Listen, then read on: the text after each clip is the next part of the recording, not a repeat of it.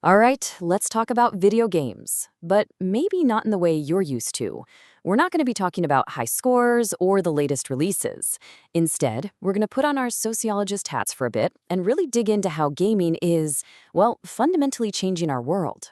So let's just start with a number 3.6 billion. That is the estimated number of people playing video games across the globe right now. I mean, just let that number sink in. Yup, nearly half the planet. We're talking about a digital nation of players that's bigger than any country on Earth. They're all interacting, competing, and creating together every single day. This is so far beyond a niche hobby now. It's a global force. And that scale, it brings up a huge question, right?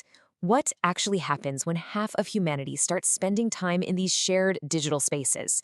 What does that do to our cultures, our communities, how we even talk to each other? That's what we're here to figure out. So first up, let's look at one of the most incredible things about gaming. Its power to just smash through physical barriers and connect people from everywhere.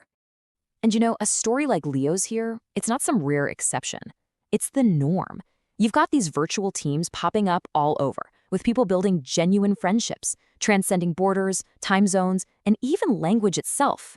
But how on earth are they doing that? Well, this is one of the coolest parts. They basically created their own language.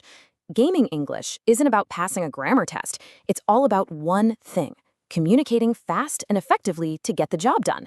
It's a living, breathing example of culture evolving right before our eyes.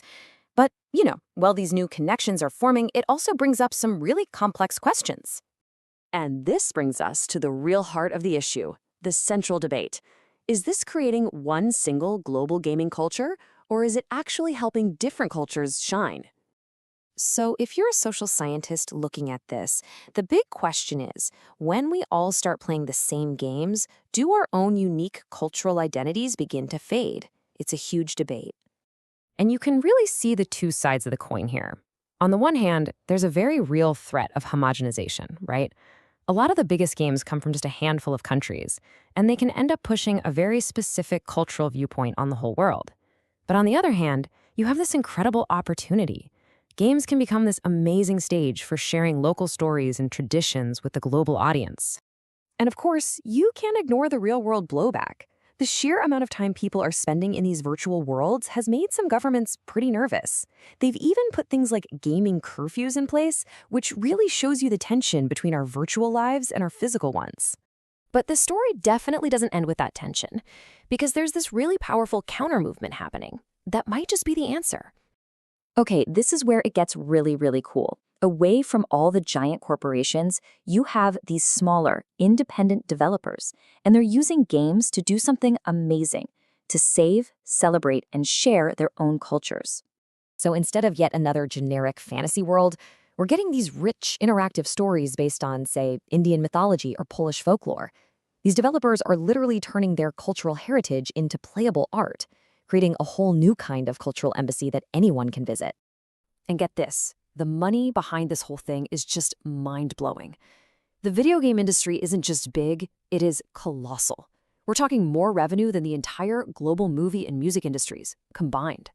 That kind of economic muscle means that a successful indie game from anywhere can become a serious economic engine, giving even more creators a chance to tell their stories. So, we've seen the social and the cultural impact.